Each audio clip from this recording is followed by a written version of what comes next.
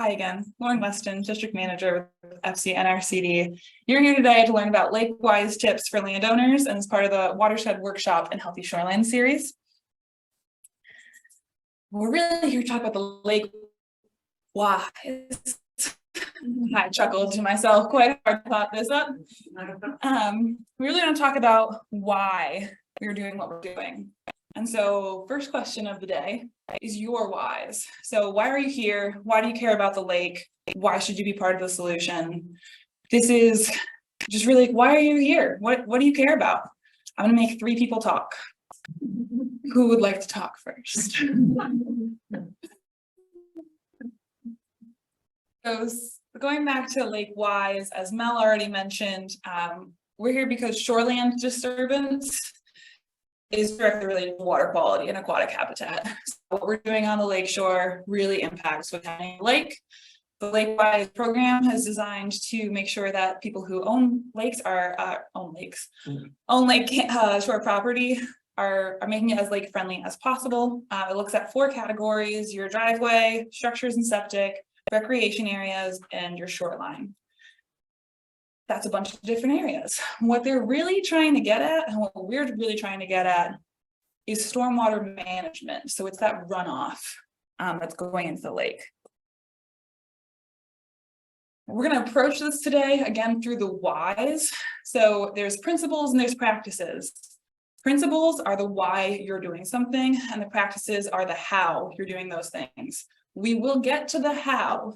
But what I really want to make sure everyone here knows is the why, because it's really your own imagination that's going to limit what you can and can't do here. There's some things that do work well in most places, but your particular landscape is really going to impact what decisions are right for you. And so I want you guys to all be able to know why you are doing something.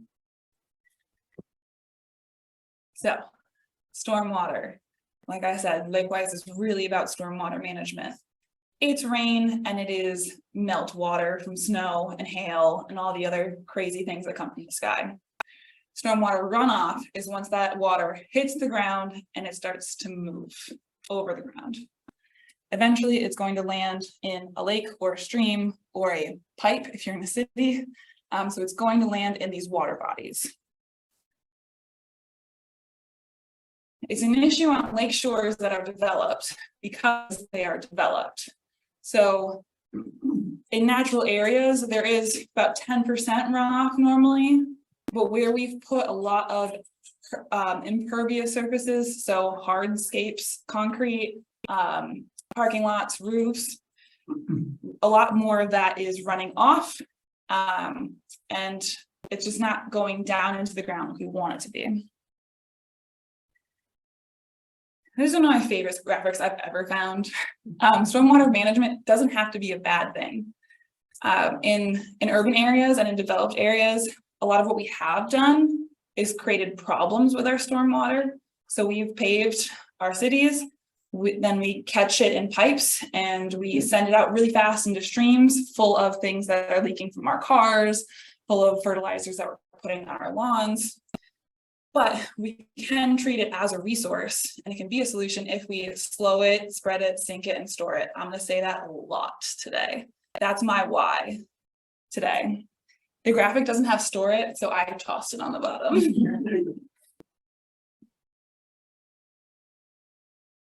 So again, slow it, sink it, spread it, store it. Those are the principles, the why. We're going to come back to that momentarily, but first we're going to jump to context and science, because it's really important to understand where you're doing something and again, why you're doing that thing. I don't need to tell you about Lake Carmi, but I'm gonna anyway. It's the 4th largest lake in Vermont. It is about 1,400 acres. It supports warm water fish species. It drains north into the Lake River and into Lake Champlain. So whatever we do in Lake Carmi is going to affect Lake Champlain too. If anyone has a lake house also on Lake Champlain. And it was once much larger, which I didn't know before I made this presentation. And it actually has been silted in over time, and that's what's created that peat bog on the south end of Lake Carmi. So that was the lake. And then there's also the watershed. I'm sure you've heard the term watershed a bunch with the Franklin Watershed Committee. And the watershed is all the land that flows to a point, and that point in this case is Lake Carmi. And there's sub watersheds and big watersheds. There's lots of different scales of watersheds. We're talking today about Lake Carmi, so we're talking about only the land that's flowing into the lake. It's about 7,700 acres, which is decent sized for a lake that's 1,400 acres. So the lake itself is about, is that a fifth of the whole watershed? 45% is wooded or wetland, 44% is farmland, and then there's this other 11% that is neither of those things. That includes the residential development and the roads. Directly from the Lake Carmi total maximum daily load for phosphorus, which is the report that the EPA gave us that said, hey, you got to stop having as much phosphorus in the lake. Literally verbatim from there, it says, apart from fairly intensive shoreline development, low density residential development is spread throughout the watershed. So the only intensive development is along the lake. And that's, depending on which source I read, it was between 206 and 209 camps, and 3,700 feet of road are within 50 meters of the shore of Lake Carmi. That's really intense development. If you were here to Lake Greenleaf shared that the density of lake-centered residences in Vermont is more than double that of the urban areas in Vermont. So we are really good at developing lake shores.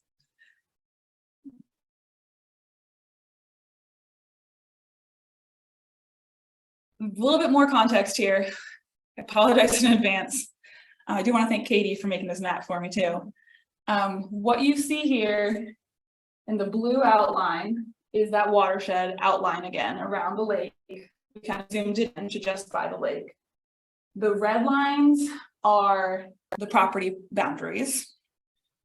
And then the colors on the map within there, so there's some like peachy color here, and then there's a lot of blue, and then some peachy color. What that's showing is the different hydrologic soil groups. And so nationally, what we do is we categorize soils by how likely they are to cause runoff, that stormwater runoff. And the categories are A, B, C, and D. A is the smallest runoff potential, which is the same as the most infiltration, versus D is the most runoff and the least infiltration. Almost all the camps around Lake Carmi are in this C or D area.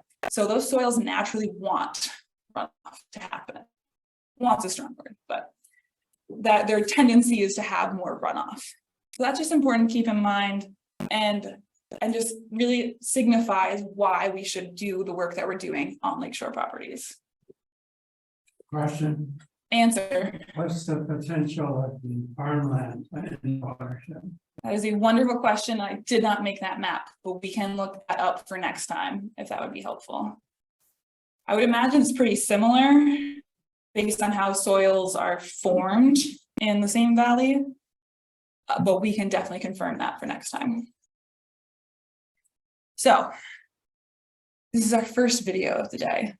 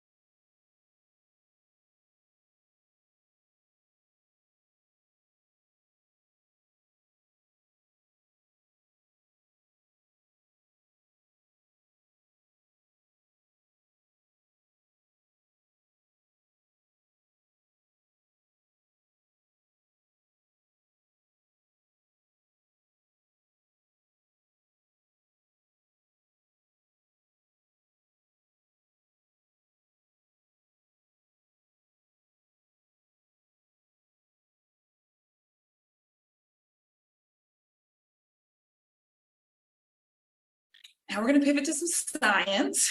So wrapped up the context, we're going to move on to the science. There's a lot of words on the slides that are coming your way. I'm going to say important things. You can read them if you want to, but phosphorus, again, if you are really curious about phosphorus and have a lot of questions, you should come to our 4th event. But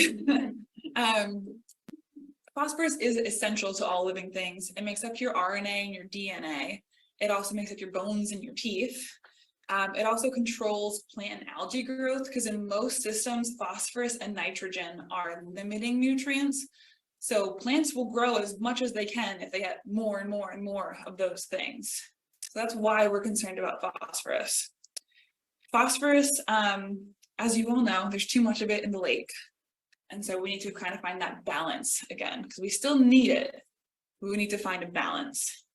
And I don't want to underplay how important changing climates are to the algal blooms that are happening either. Phosphorus movement is what's really important. So it can move from runoff and erosion.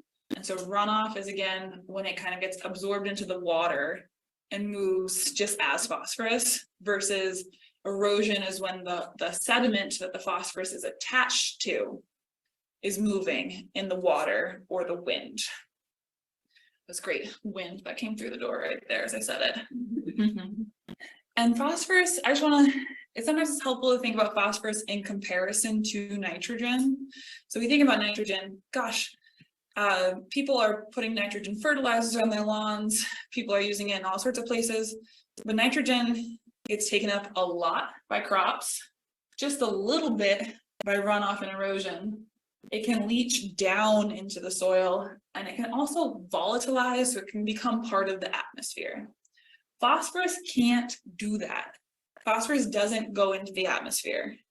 So it has to be taken up more by crops. It has to run off and be moved with erosion, and it doesn't actually leach very much either. So it's more of a thing to worry about than nitrogen might be, even though if you're in the Connecticut River watershed, they're going to say something very different because they have a nitrogen TMDL.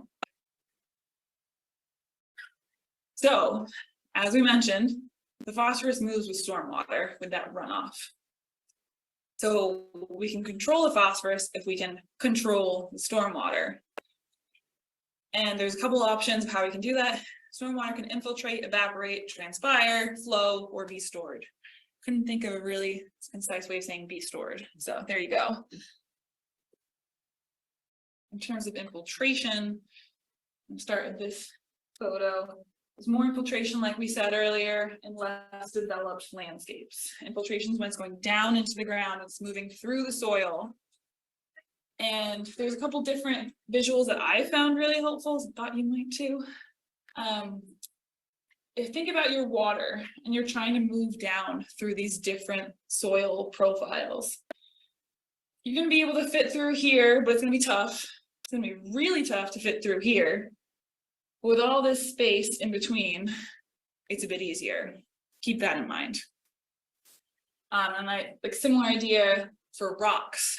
You have really small stones, they fit together really compact. If you have big stones, they leave more spaces in between for water and air to be moving through. And this fun little black circle in the corner means we're going to circle back to this later. You'll see that a lot. Stormwater can also evaporate or transpire combined. That's called evapotranspiration. And so that's either the water returning to the atmosphere from land or through plants.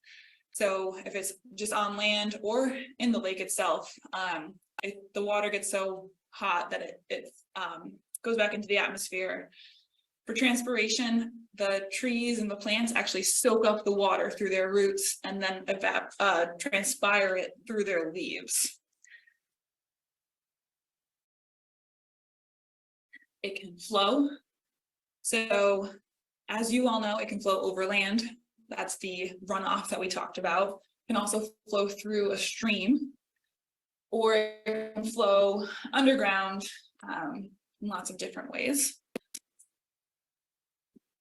And it can be stored. So in this context, we're really talking about wetlands, ponds, groundwater, and lakes. That's where water is stored. It's a fun side note. I had not realized this. Lake Carmine is a natural lake, but the dam actually makes it about 2 feet higher than it would be normally. I had no idea. And also during periods of high flow, the culvert under Dewing Shore Road, yes, can actually act like a dam and be more constricting than the dam itself. So that can actually control the elevation of the lake. Like I said, we were going to circle back. So I want you to think about if you've ever planted something on your lakeshore property. Did you have to dig a hole and did you have to touch the soil? What was it like? Clay and rocks. Okay. Water. There was water. That's good. Yeah. So just really, we're going to talk a little bit about some soil science, but just remember, you guys are experts on your own soil on your property. You've touched it, you've smelled it, you've seen what grows where.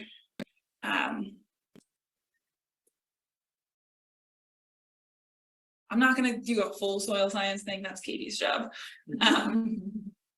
But just want to think about, again, that map of seeing all the soil types and how much runoff they generate. We can't necessarily change that a lot, but we can make sure that those soils that we have are helping us as much as they can in terms of runoff. So what you really need is a lot of life in your soil. It's not just dirt, it's soil, it's alive. In theory, what's on your property should be about 45% inorganic mineral matter. So that's sand, silt, and clay, and rock. And that's kind of what this diagram is showing. Now it's a little small, I apologize. The sand is the biggest, silt is the medium, and clay is the smallest. And that's really the only difference between sand, silt, and clay is the size of the particle. And so you want about 45% of that. You want 5% of organic matter. So that's your dead and dying plants and your soil life. And then you want about 25% water and 25% air. So if you think about it, you're like standing on a sponge all the time. And you want these beautiful aggregates that are sticking to your plant roots. You want these clumps, basically, of soil that are sticking together. It's not just like completely movable. And soil bacteria and soil biology really helps you make those aggregates, because you're a little bacteria in the soil and you're eating stuff, and then you're pooping stuff, and you're getting eaten by something else, and you're pooping stuff, and all that stuff is sticky, and it's carbon, it's sugar, and it's trying to hold the soil together. Soil fungi can also do that really well.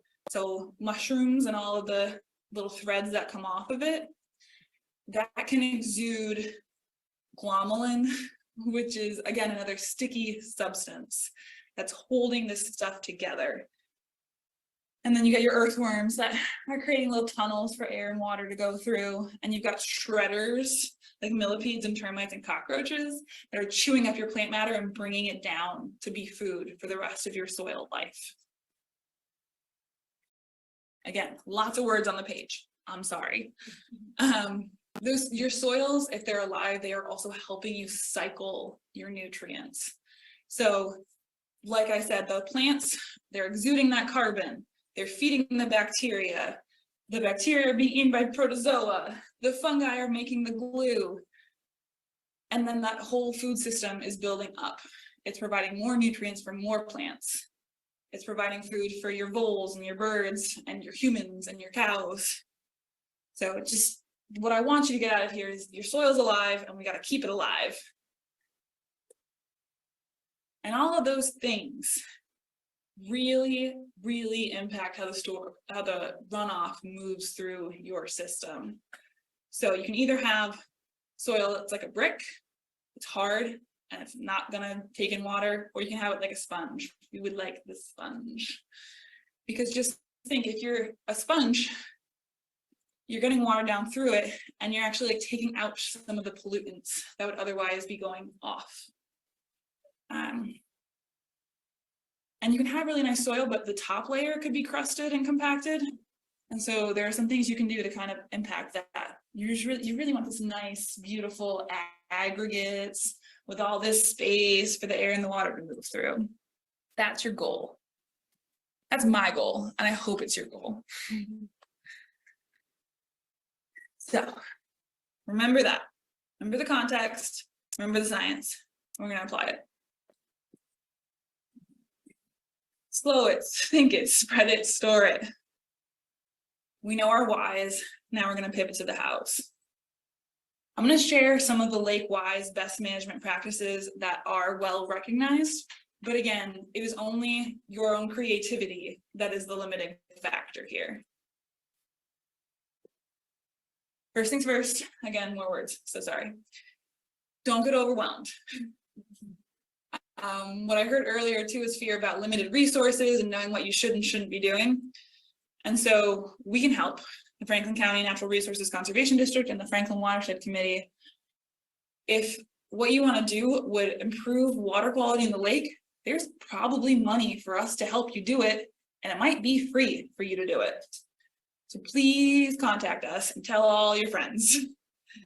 And again, we are non-regulatory, we are non-reporting. What you say to us and what you show us goes nowhere else. If you want help with it, we can help you with it. There might be money for us to help you with it. We can't promise that. We don't actually make the funding decisions, but there very likely could be money to help you improve water quality on your lakeshore. Projects do take time though. Some projects can take 2 to 3 years. Some projects are really quick, but there's funding cycles and some bureaucracy in there that ensures that we're doing the right thing in the right places and money is being spent well. We can also just come and give you some assistance and tell you what you should do or help you think through what you want to do. We would also be happy to do that. And I would be remiss if I didn't say you might need a permit for whatever you're going to do. There is the lake encroachment and the shoreline permits. And so if you're doing something in the lake, you need a permit. If you're doing something within the first 250 feet from the lake edge, you might also need a permit. So if you don't want to get fined, talk to us first. There's also the Department of Environmental Conservation has their own permit regulators. The person up here is Laura Woods. She's awesome. So highly recommend giving her a call if you're thinking about doing something and ask if you need a permit. And again, don't get overwhelmed. I'm going to tell you a lot of things you could do, but doing something is better than nothing. And you don't do everything at once. You don't even have to do everything. It's still your property. I'm just giving you some ideas. So again, we're going to apply it, slow it, sink it, spread it, store it. And it's time to play interaction again. You don't have to respond. If someone wants to respond, you can. I just want you to think, if you are trying to slow down water on your property, what could you do? Just take a minute to think about it. I just want to slow it. Leave fallen trees where they are. Leave fallen trees where they are. Yes. We live on a hill. Was that right? Mm-hmm. What I did initially is just plant it. Okay. And that's pretty much why I'm here. Did I do the right thing? Is that helping? Wonderful questions. Planting it, yeah. Stop it. You gotta stop it. If it stop it, You slow it down and stop it, it's gonna be in puddles, all those small catch areas. if you slow it, it'll puddle. Kind of the fear. It'll saturate the ground, like my fast in the front. Yeah. We actually see into it after heavy rainfall. Yep. It is mostly black soil. Okay. And the clay And the clay. keeps it from disappearing. So yeah, how do you slow anything down? You put a speed bump in, effectively. You make the path longer, or other items. And so what that can look like on a lakeshore property, here's one example. There's gonna be a lot of examples here. I have so many handouts for you guys. Don't feel like you need to memorize this stuff. It's actually why we were late. I forgot the handouts. We had to come back. What I'm showing here is a vegetated swale. And so what that is it's a little bit of a channel that you're creating intentionally and maybe making the path a little longer than it normally would be. So you're putting in some switchbacks and you're vegetating it with plants. So if I'm water, I'm going down that swale, I'm hitting grass, I'm hitting ferns, I'm hitting chokeberry. You're hitting all these things and you're losing your energy. There's a ton of different things on here. And so this is a very similar idea. This is a stone lined ditch. So instead of, if you have a really steep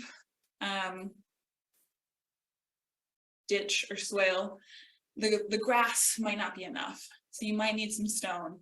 Again, if I'm water and I'm hitting that stone and it's angular stone, so it has sharp edges, it is knocking the wind right out of me. And it's really slowing me down. And so I'm dropping out all the stuff that I'm carrying because I'm slowing down. Similar idea here. These are stone check dams. And so you've got your vegetated grass down the channel, then you've literally got a barrier. Again, losing all my energy. It's important not to put check dams in naturally occurring streams because the fish use those. So you only want to do it when you're in water, not a stream. Just saying that for full disclosure. There's also, we had talked a little bit last time, I actually have some resources for you today, about the water bars over here.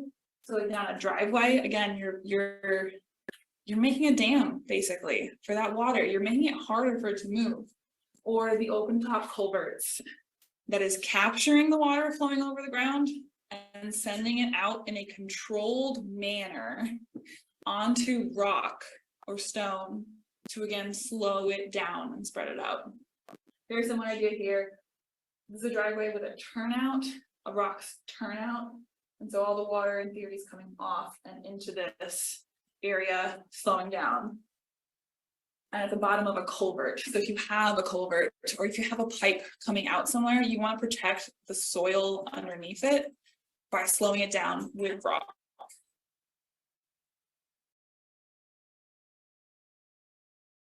This is the water bar I was recommending 2 weeks ago too, with the rubber conveyor belt basically.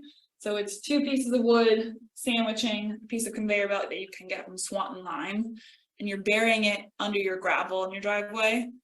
And so the water is flowing this way, getting hit, and again, going through controlled turnout.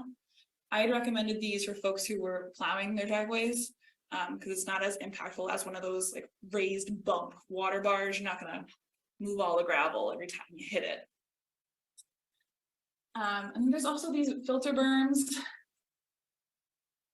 May or may not recommend in certain areas, but again, it's like a speed bump on your lawn, basically, slowing it down. Plants are great at slowing stuff down because they like to, again, hit it. But in theory, you're also creating more channels in your soil with the roots to make the water go down. And then it's going to transpire from there as opposed to just running straight over it.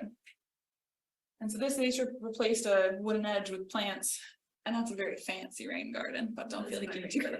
Is it? Yeah, it does not look like that. Wildly overgrown. Great. That's great. Let it overgrow. I saw it from the Lakewise website.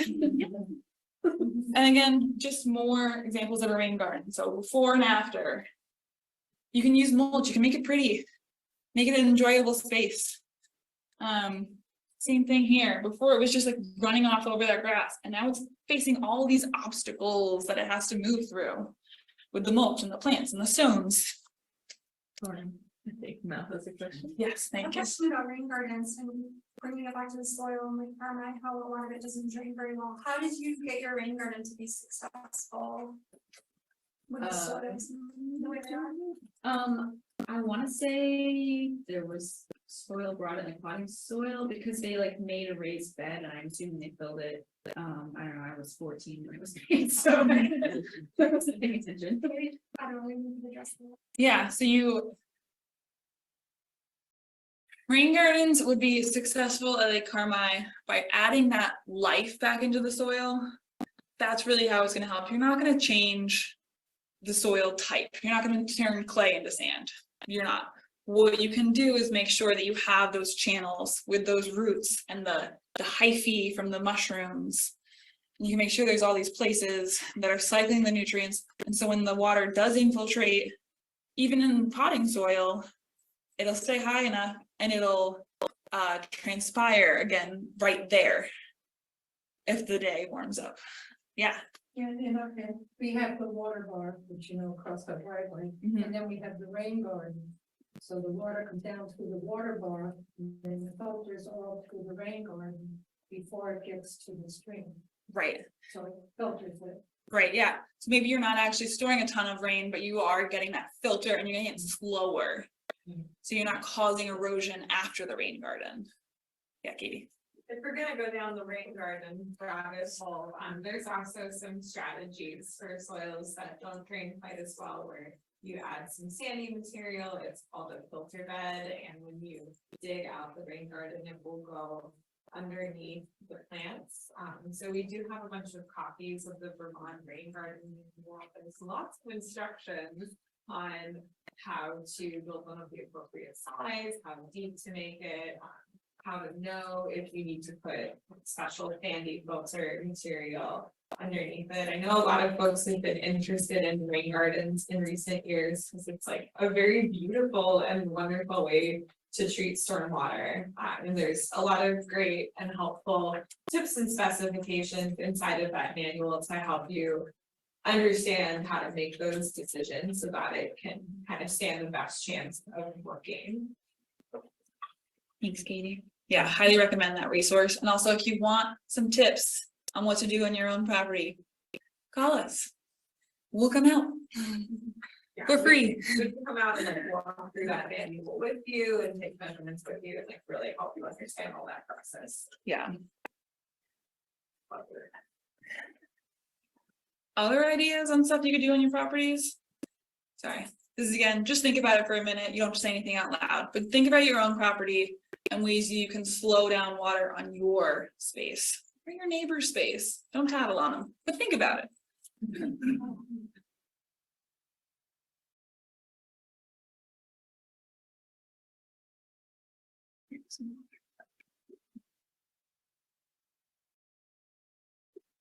Yeah, One thing that I'd love to tell other people to do, because I don't have my own property to do this on, but just like not raking up all of the leaves underneath your trees can be a really cool and extremely low effort way to help slow down your rainfall. I know sometimes like we feel like we have to like keep everything looking like really neat and really clean, but if you've got like a strip of forest at the edge of your property or something like that, all of the leaves, like the pine needles and stuff are really helping to slow down that rainwater and kind of create that sponge. And so like one super easy thing that you can do is just leave that stuff there. Thanks, Katie. You have my permission. All right, so we slowed it. Now we gotta sink it. Thoughts on how to sink stormwater? I know we've kind of touched on it a little bit, but anything else you may think of? All right, I won't make us suffer through this. Sink it, you want it to go down. That's what we're saying. You want it to infiltrate. That's what we're trying to get at with the sink it principle. So again, rain gardens, they're so useful in so many ways. You're really encouraging things to sink. You don't want to build a rain garden where it's already puddles.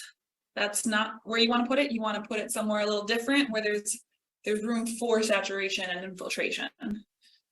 You can also do a dry well. So this is a nice diagram. If you have gutters or if you have somewhere where there's piped water and it's really easy to send it into a space, This is the same idea as those soil aggregates and that rock I was showing you. If you have big rock, you have big air pockets that can fill up with water.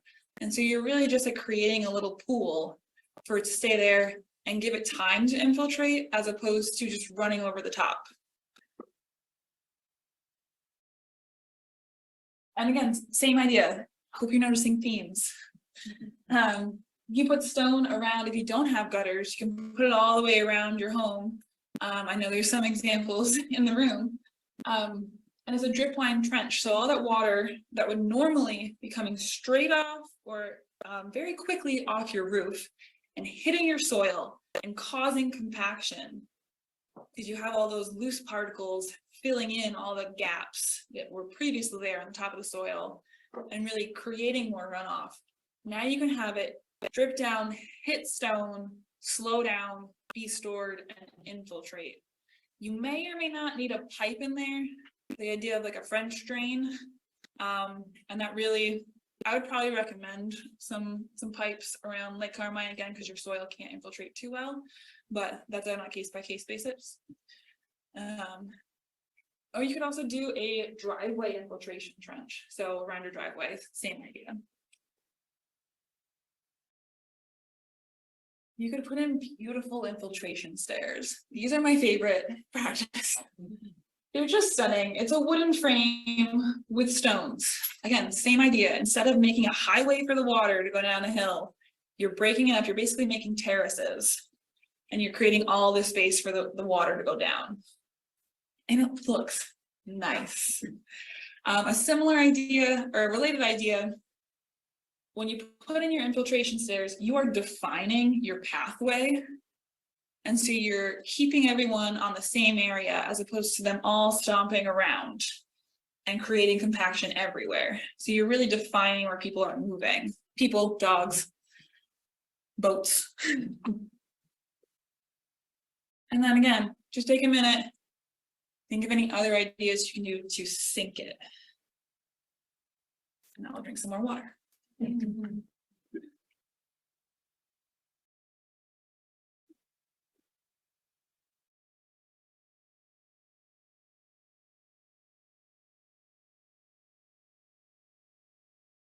So slow it, sink it, spread it. How do we spread something out? Why would we want to spread something out?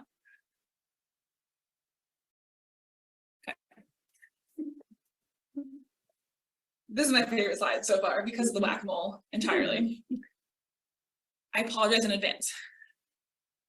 If you're water flowing and you are in a wide area and then you're flowing to a skinny area, you actually have to speed up, right? Because all that water still has to move through the system. When you put your thumb on the hose, you're not stopping the hose. All that water is still coming out. It's just coming out faster. So what you want to do, step one, you want to stay wide the whole time. You don't want to constrict. You want to have a seat? Okay. And if you are moving quickly, you want to spread it back out so it'll slow down again. The faster your water is moving, the more stuff it can carry, like phosphorus and sediment. So you want it to slow down and have to fall out. Effectively, what you want to do is create a bajillion deltas on your landscape. So if you do have channelized flow, you want to get it to a place where it's gonna spread out and slow down. And once it slows down, it can go down into the soil. That was my best hole in the ground approximation, whack-a-mole. One of the clearest ways to see spread it is on a driveway or a pathway. We have all seen this. And you're lying if you're telling me you haven't. And so you've got your water, it's moving so fast, it's creating its own channel. And it's taking the road with it. We want to not do that. And so some ideas of what you can do is make sure that your road You got a road going downhill and you got a cross section this way. You want to make sure this cross section either has a little crown to it, so that when the water does hit it, it goes off as opposed to straight down. Or you want to tilt it one way or the other way, but you want to make sure it's not flat. Because when it's flat, and flat things just move a lot faster if it's just straight down. And so you want to have these high points, and you want to be shedding the water into a vegetated area or a stone area, something that's going to slow that water down so it doesn't just basically form a river on your road. No one wants that. Same idea applies to forest roads too. And the Montgomery students came and did a little activity with us, and they got it like so fast. We were looking at the forest roads, and they were really compacted. Then we went and looked at the stream, and they're like, "You're right. The stream bed looks a lot like a forest road if you're a droplet of water. Really does." Some other things you can do is just make sure your road material lets the water through. So gravel is definitely better than asphalt, but gravel can act a lot like asphalt once you drive over it a couple times. So they have these fancy geogrids that you can fill with stone. And again, you're letting the water hit and soak in as opposed to run off.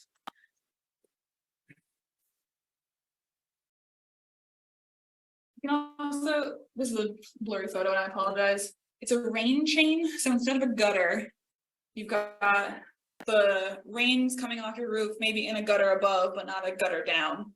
And it's going across this rain chain, and it's slowing down, and it's hitting a stone basin, not just hitting your soil. And like I've said enough times now, when you do shed it, you want it to go to a controlled area that's going to slow it down. So you put in the rock on the low end where you're directing it to. Sometimes it's called a apron. So that's just what I'm showing here. Is if you have a culvert or an open box culvert, you want it to be shedding to a large stone area and slowing it down and spreading it out. Because it was moving really fast here, but now it has all this area to go. So again, just going back to, if you slow it down, if you spread it out, it'll slow down. And then if you want to get really heady about this, you can spread it out by transpiring it through different layers of your vegetated canopy. You've got your grass that's transpiring, you've got your shrubs that's transpiring, you've got your tall trees that are transpiring. So you're actually like sucking it up vertically and spreading it out vertically.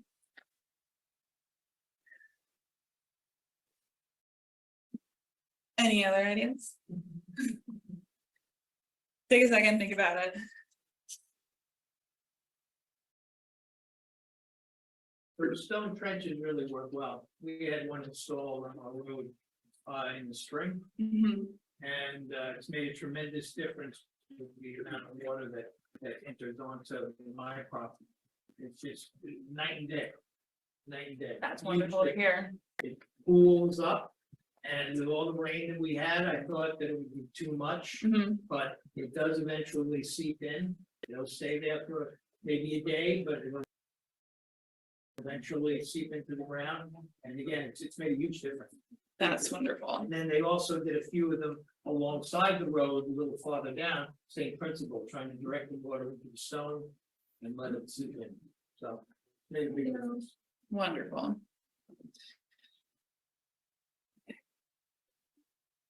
Last one, store it, sink it, slow it, spread it, store it. How do you store something? Rain barrel. Put it in a box. Or a rain barrel, exactly. This was just a funny one.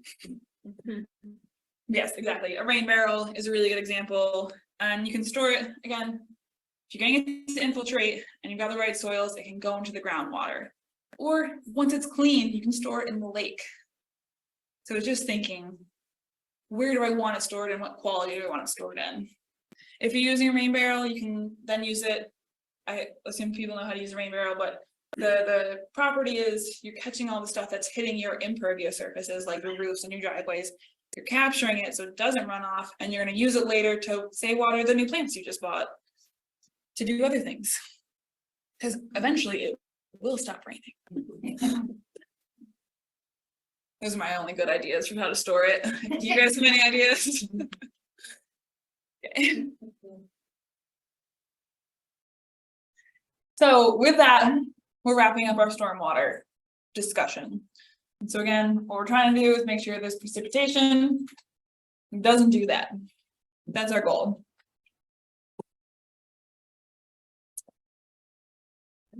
That's what's happening all across your property. And then there's also this really challenging area called your shoreline.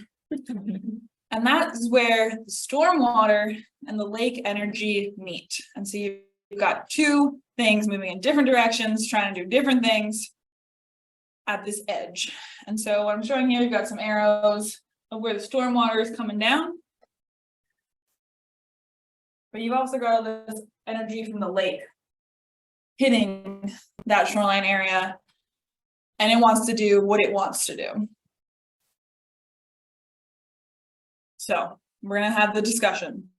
Seawalls versus bioengineering on your lake shore. This is combining everything we've learned about soils, stormwater runoff, and energy dissipation from the lake. I know everyone here has seen seawalls like these. This is just me reminding you that seawalls are not a permanent solution. Concrete fails. Mortar fails. What you really want is a natural shoreline that is designed to reduce the energy that you are feeling at your camp. Like Holly mentioned 2 weeks ago, if you think about your lake water and you're coming through with all this wind energy and the moon is changing, you're a wave and you're hitting concrete that's flat up and down, you're gonna bounce right back or you're gonna ripple out sideways because you're just hitting a wall, but you're keeping all your energy and you're basically going to send that energy to your neighbors who don't have a seawall. The energy doesn't go away like that. It goes away if it's hitting multi-faced things and it's changing direction, it's kind of ping-ponging versus just slam and rebound. Just gonna make sure I'm actually unmuted. Yes, I am. Okay. Again, I'm gonna show you a lot of photos. What I'm trying to say here is we found ways to protect your shoreline that don't involve concrete and do involve natural materials. So if you're, gosh, that is terribly blurry up here. Basically, it looks bad. And, or you've got like kind of a stacked stone wall that's all flat faced. And you can put in some angular stone and plants and a core log, or just stone and plants. There's lots of different options. We'll go into, I just said core log, explain what it was. I will go into that momentarily. But there's lots of solutions, is what we're trying to say here, to this erosion and this failing phase. Because we don't want your land to look like this either. No one wants that. That's all phosphorus and sediment going in. So we want to protect it in a smart way. And I know you guys have a ice push at Lake Carmine, and you probably get these berms, and there's ways to work with the land to make that be less devastating to your camp. Because the lake's gonna have the energy that the lake has based on the weather and the wind. So how do we work with it?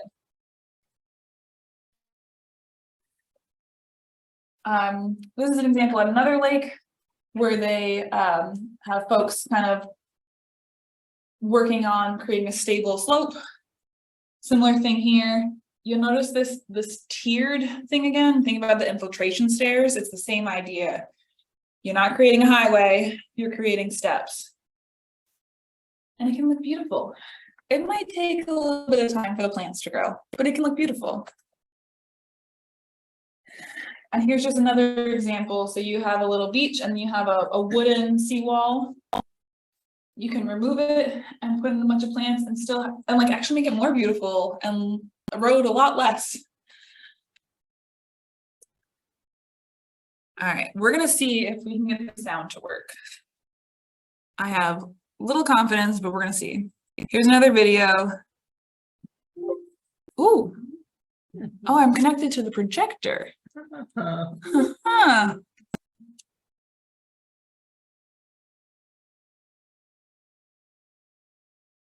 And expand. And we're serving clean water.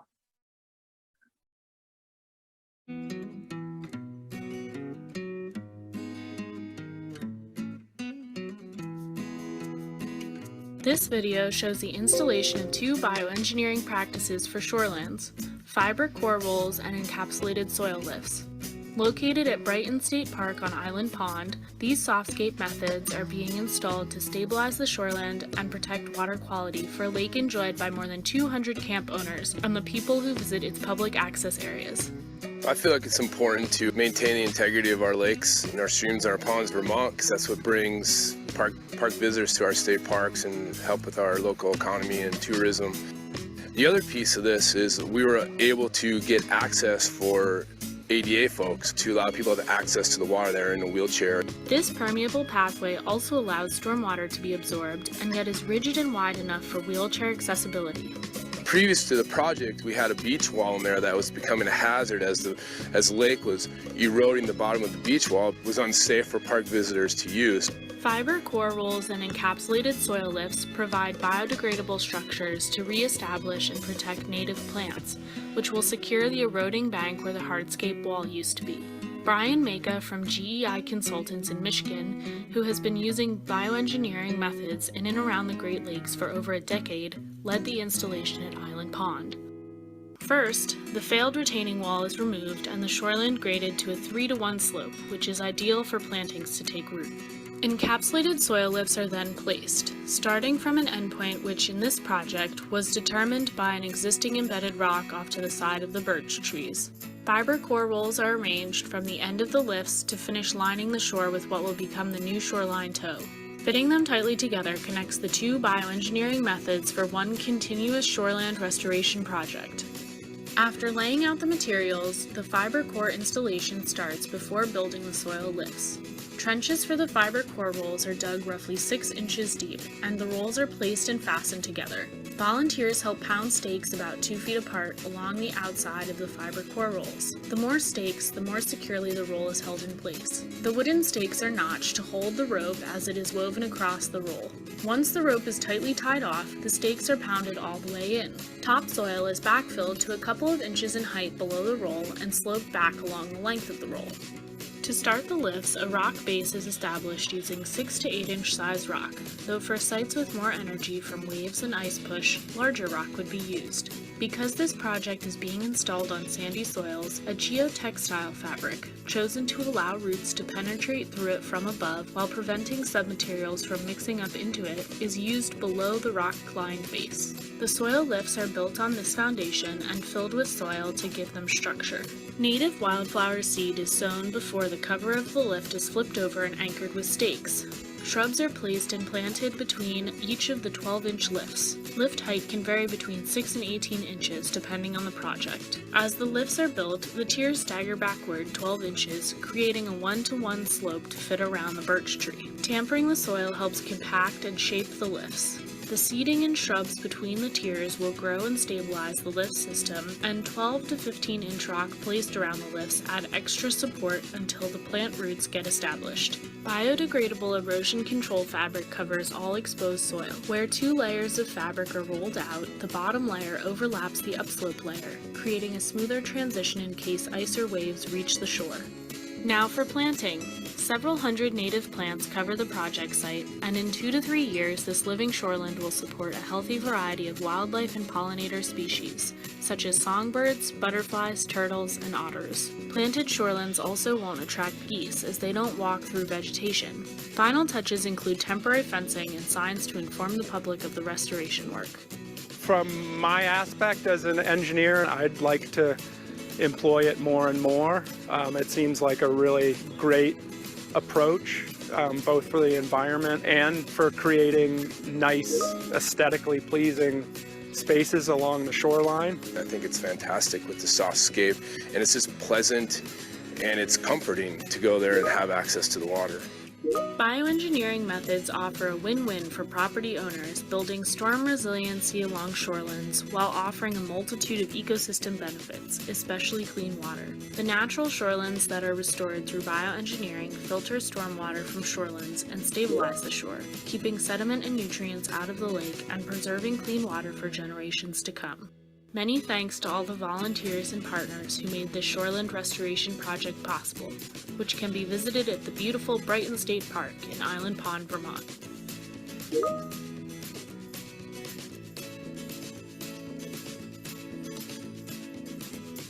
That was a project not on your lake. I just wanted to share, there's actually a project on your lake that you can look at that we did last year. And we hope you do go look at it.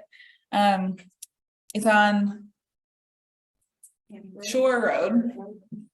I'm like Lake Road. It's on Shore Road. It's the McHugh property, if you've seen it. And so I'm just gonna walk through some pictures just to show you what we did and help you envision what could be done on your property. So they had some failing concrete blocks. There's one there, and then there was this one, so we're standing on the dock facing it. And this was also failing, and the fear was if we didn't do something, we were gonna get stuff we don't want. So we're gonna get the concrete in the water, and then we're gonna have a really loose face of soil that's gonna get all that energy from the lake, and it's just gonna load it with phosphorus that should be on the lake shore. So again, I want to be very clear, this took 2 years and that was a fast process. So what we did was we did a before and an after design. And so here's your concrete blocks here and here, and we want to take them out and replace them with vegetation is basically what that's showing. We need the design for the permits, just to be very clear. Same thing here, is just a different view of what we were doing. So concrete block here, and we wanted it to be nice and vegetated. What you heard in the video was this encapsulated soil lift with the core logs. So you've got these different layers of plants coming out, and then a core log, which is just like, it's basically a really heavy pillow that's going to absorb the energy that's hitting the face of the lake, as opposed to just having the soil right at that front edge. And so it's a little buffer, and that's wrapped in that erosion fabric and planted. Planted is key here. And so we tried a lot of different ways to get the concrete out. We thought it would come out really easy. It did not. I do want to shout out HFM Services. They were our contractor. We did this right before Christmas, before the lake froze over. And you'll see how late we had to work one night because it was going to snow 4 feet the next day. We'll use a small mini excavator, which was able to safely travel over a leach field when the ground was frozen. So there's ways to make this work even on small camps. What you'll see here, we really wanted to keep this cedar tree. It had like 3 trunks, it was beautiful. We didn't want to kill it, but it was growing through the concrete. And so we were trying to figure out how to save it. At least last time I went, it was still there. But we actually had to get a permit in case that tree fell. As you guys all know, if you're removing trees on the lakeshore, you need a permit. And so we had to get a permit just in case it did fall. It luckily didn't, but we were prepared to not get fined if it did fall. It's got a bunch of concrete. And so now we're building it back up. So we've got a nice stone layer with some geofabric. So you might see that under like a garden sometimes, and it's just to make sure that when you do put soil on top of something, it's not just like soaking through the ground. And we've got all this angular stone. You've heard me say that a couple times. You've got stone with a lot of faces versus like a river stone that's smooth. You want the angles, because that's where you're going to get the water hitting and losing its energy. And you're gonna have pores for if there is a lot of energy, it can knock the rock as opposed to just bouncing back.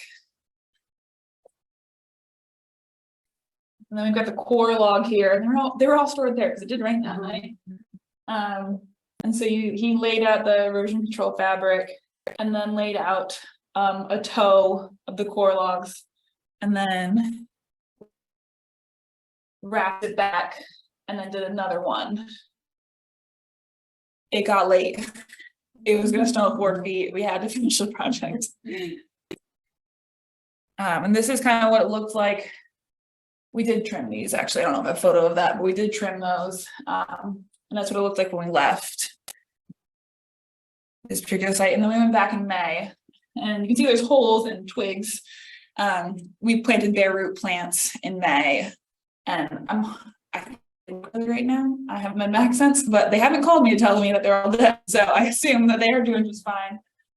We planted densely native plants. I have a list of the Vermont Lakewise suggested plants to plant on your lake shore, but please take that with you and choose the things you like. Choose the things that are going to bring in the birds and the butterflies and the bees and the hummingbirds. So this is what it looks like. It looked like in May. And then here's the other block. So we're moving to the other side, taking it out. Again, a lot of concrete. A lot of concrete. And then they put, this is a top-down view. It's a little challenging. We got that fabric again, and then we did a layer of small stone on the back side, and then a layer of the big stone on the front side. Again, to just dissipate that energy in the lake. There's another view of it from the side. And then we did the same thing with the erosion control fabric, adding fill, tucking it back in. Based on the elevation, we only did one layer here as opposed to the 2 layers elsewhere. Again, it got dark when we were finishing. And then we went back in May and we planted it. And we matched the grade. Because there was a little bit of a berm on either side, or match that grade. And that's their view as of May. I hope that there are leaves on those twigs now.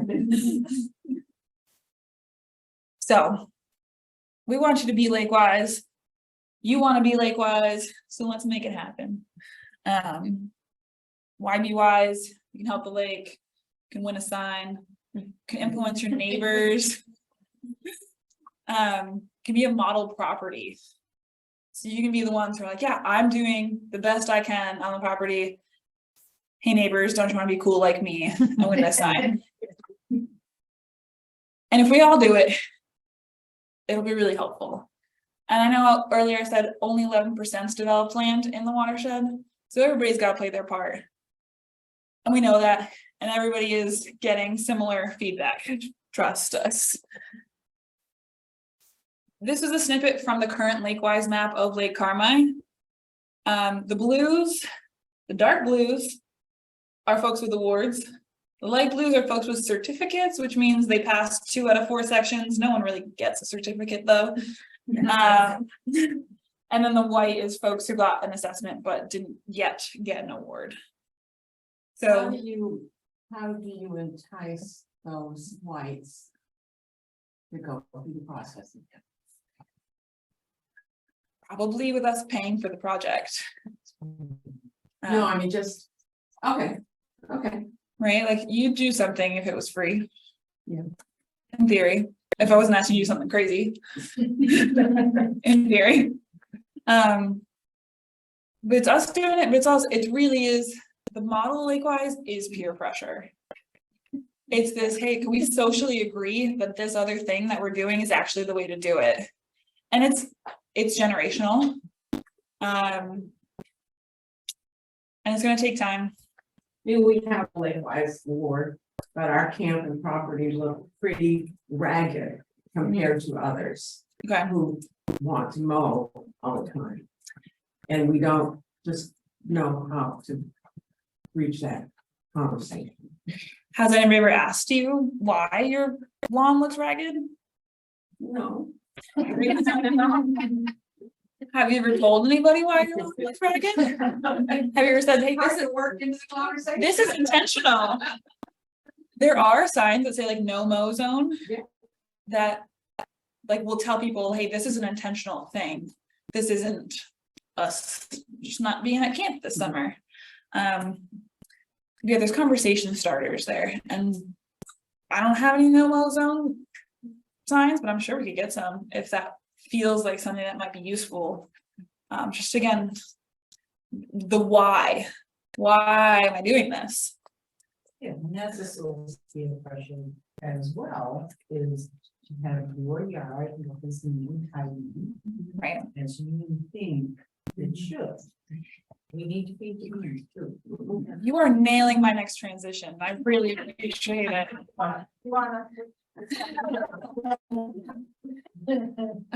So again, howdy wise, biosphere property, keep doing the things you are doing, maintain the things that you're doing. So if you have an open box culvert, make sure it's staying clean, you're not clogging it. Keep thinking creatively, go and look at your property and see where there's areas of erosion. Or things you want to change. Our email address is info@franklincountynrcd.org. That's quite long, kind of long, but we do have business cards, yes. The other thing too is I think sometimes neighbors don't understand what they're doing isn't good for the lake. Right. Like they're mowing down really, like our culvert, they're mowing it down really low. Right. But when we talked to them and we said, you know, it's really bad for the lake to mow it down, can you leave it longer? And they did. Right. Some people But just they don't didn't- know. They didn't realize that it wasn't a good thing. They Right. thought they were being good to get all the weeds out of it. Right. That's what I want. And what is a weed? Yeah. Right.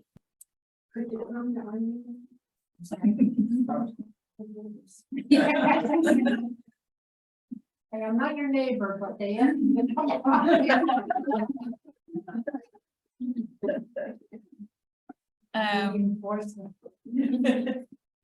So exactly like my next transition, we want you to apply it. Our goal, I'm not gonna pretend that I don't have an agenda here, I do. Our goal is to change the way that we all manage lakeshore properties, including the town beach. We want to change what we think looks good. We want to change what we think looks bad or messy or tidy or clean. We want to change our values around how we're managing our properties. Expand what we think are options for our own properties and turn everyone into a Lakewise designer and implementer.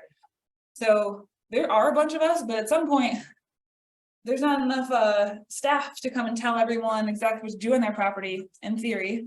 And so you guys just learned context science and practices. You can do this. You can design your own things.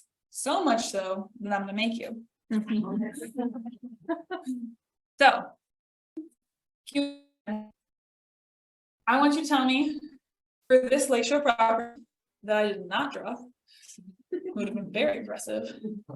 What is Lakewise about this? And then what could be improved? I just want one good and one bad on this one. No seawall. No seawall. Exactly. One bad. Or one thing to improve, sorry, I want to reframe. One thing to improve. No business chasing the smaller down the watershed. Yeah, really short vegetation by the water. Yep, great. No drip line trench. All right. Harder one.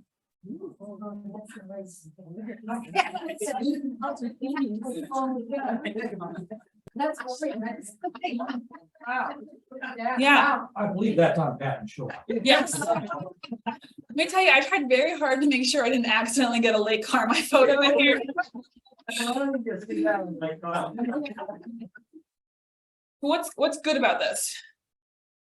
Julia? There's a lot of gardens. There's a lot of gardens. What could be, or got another good? No? Maybe? Looks like they have gutters. One with the downspouts. It does look like they have gutters. I also can't tell where the downspouts go. They have those terraces, those steps, exactly. So they're making some physical changes to the landscape. What's one thing they could do different? The wall. Yeah. That long. Yeah, because you don't. Wow. That's. Yeah. What's good?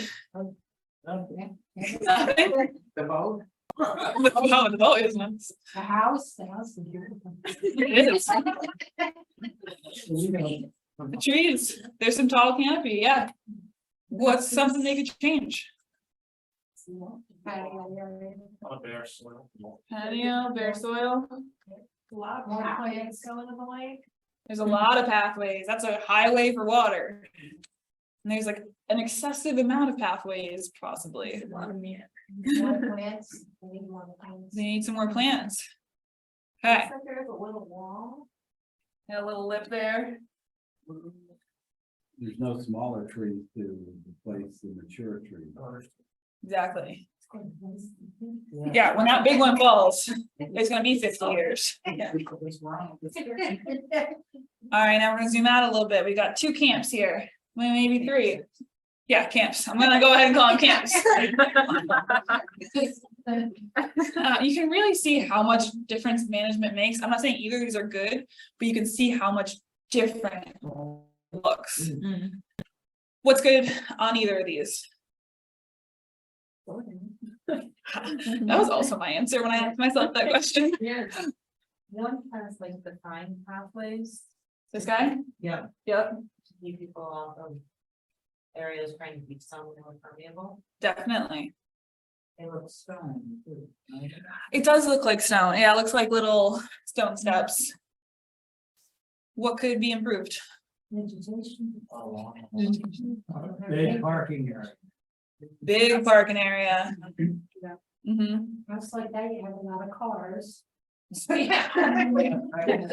could you carpool from the parking lot where it's not just at the lake?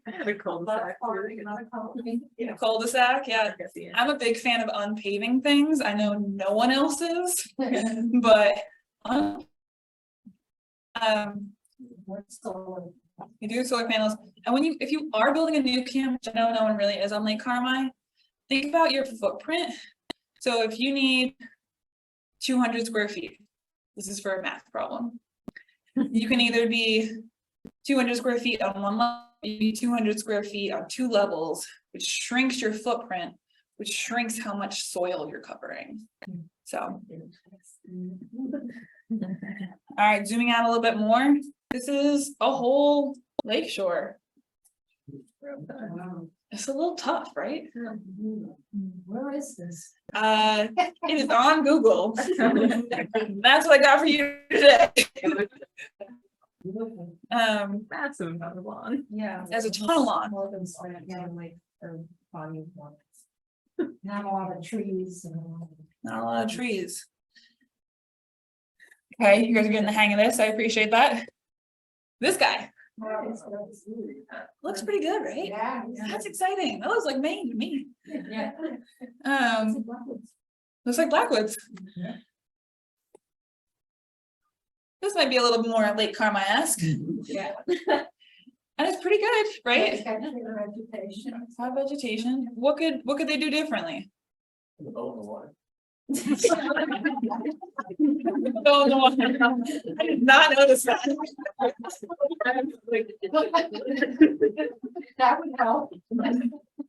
I haven't seen that before. Yeah.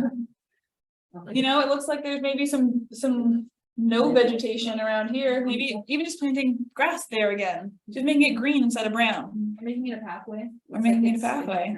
Mm-hmm. Maybe getting some shrubs on that lake shore, we talked about buffers at our last workshop. Yeah, get some more shrubs. Bottle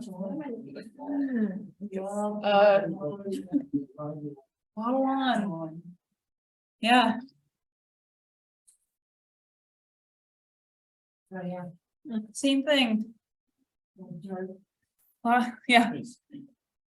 You got some like little pathways for the water to come straight down over there. I like this one because it wasn't. Yeah. Kind of looks like it's in a wetland to me, but they're having fun though. That's what matters. Yeah. But again, Kids are in the swamp. you guys are all identifying like, hey, plants, pathways, you know it now. Yeah. You do.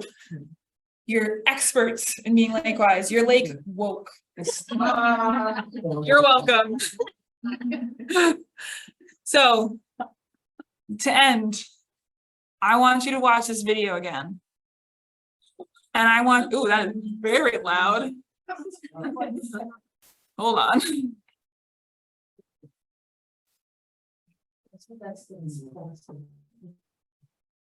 I could remember which order to press things in, this day would go a lot faster.